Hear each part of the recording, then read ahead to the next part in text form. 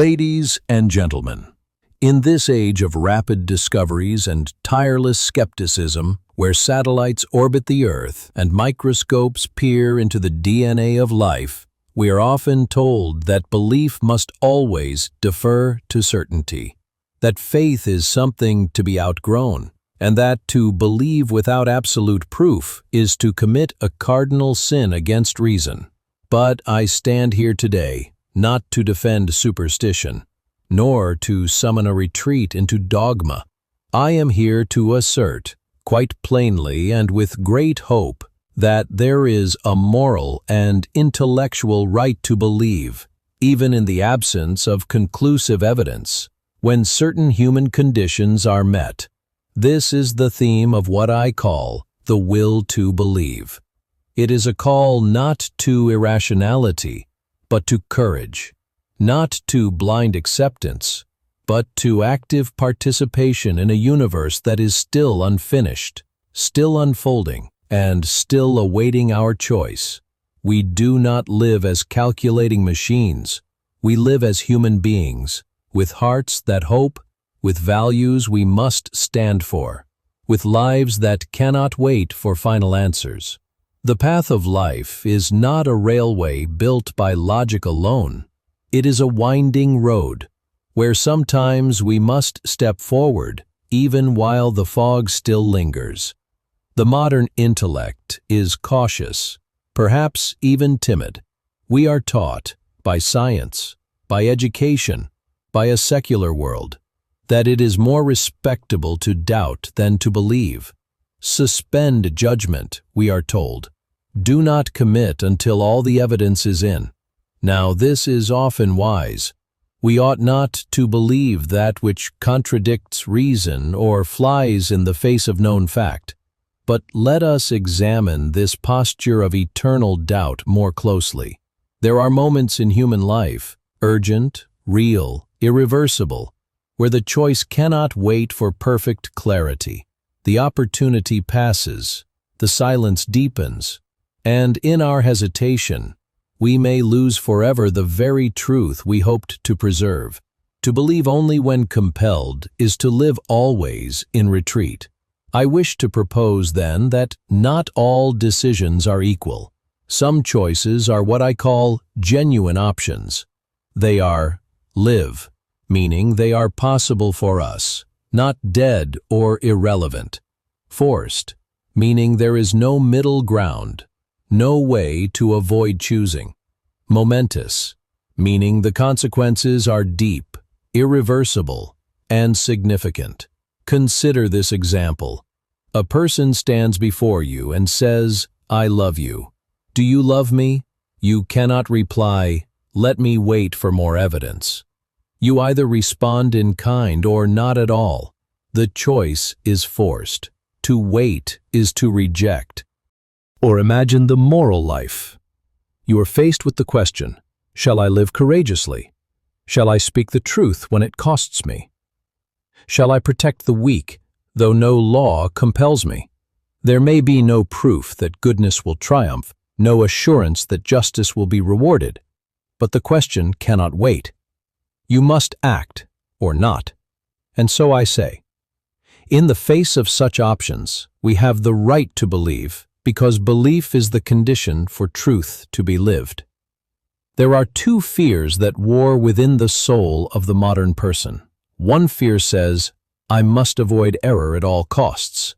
The other says, I must not miss the truth. To live by the first fear alone is to become paralyzed. It is to build a fortress of doubt and sit forever behind its walls, waiting for certainty to come bearing credentials. But in doing so, we may forfeit the very truths that must be risked to be known. To love, to trust, to hope, these cannot be proven in advance. They are acts of the will. They require leaps, yes, but not into darkness, rather into the possibility of light. You do not wait to be certain that a child will never disappoint you before deciding to love it. You do not wait until all the evidence is gathered that your friend will never betray you before offering your trust. These are truths lived first and confirmed by the lives we build upon them. Let us therefore understand that truth is not only discovered, it is created through the commitments we make. You have heard it said that faith is the enemy of knowledge, but I tell you, faith is the beginning of all knowing.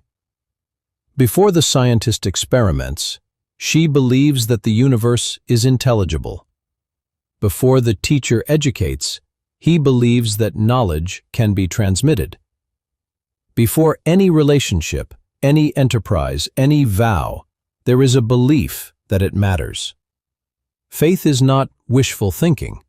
Faith is existential courage, the willingness to stake something of yourself on the possibility that meaning exists. If we withhold belief until we are forced, we may find that life has passed us by, and we have learned nothing that matters most. There are beliefs that have no bearing on action, abstract speculations that may wait forever. But the moral life cannot wait. We must act. We must choose. And our choices are often shaped by what we believe about reality, about others, and about ourselves.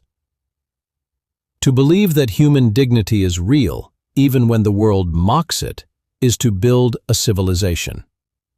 To believe that one's own efforts matter, even when the odds seem overwhelming, is to become a moral agent, not a passive spectator.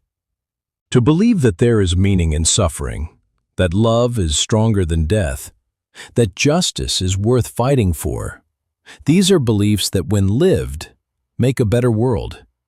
They do not arise from detached observation. They are chosen, cherished, and sustained by acts of faith. Let us speak now of freedom. Not the freedom to do as one pleases, but the deeper freedom to affirm what the heart knows before the intellect can fully explain it. In the spiritual life, as in the moral life, we encounter questions of ultimate concern. Is there a higher power? Is there a moral order? Is the universe benign? These are questions no microscope can answer, and yet, for many, they are the most important questions of all. Must we remain agnostic forever, paralyzed by the demand for perfect evidence? No, I say. When the option is genuine, when the decision is live, forced, and momentous, and when believing might help bring about the very truth we seek, then belief is not only permissible, it is justified.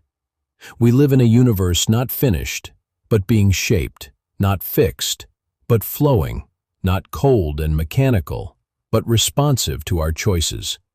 If this is true, then our beliefs are part of the very fabric of reality. Perhaps the universe does not unfold in spite of us, but with us. Perhaps our willingness to hope, to trust, to love, is not a mistake, but a necessary thread in the larger tapestry. To believe is not to close one's eyes. It is to open them more widely, to see what might be possible, if we have the courage to act. In closing, let me return to the human condition. We are fragile, we are finite, we stand on a narrow ledge between doubt and despair, and the wind of uncertainty is always blowing.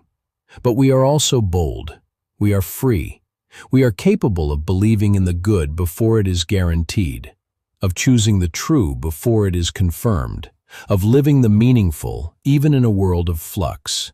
The will to believe is not a surrender, it is a stand. It is the declaration of a human spirit that refuses to wait passively, that dares to say, "This matters, I commit, I believe." Let us, then, have the courage to believe, not in spite of uncertainty, but because of it. Let us honor the noble risk of faith, the brave wager of meaning, the sacred act of choosing hope. Let us believe, so that truth, in all its forms, may come alive in us. Thank you. Do you believe that you can achieve anything you set your mind to? Let me know in the comments below. What are your goals?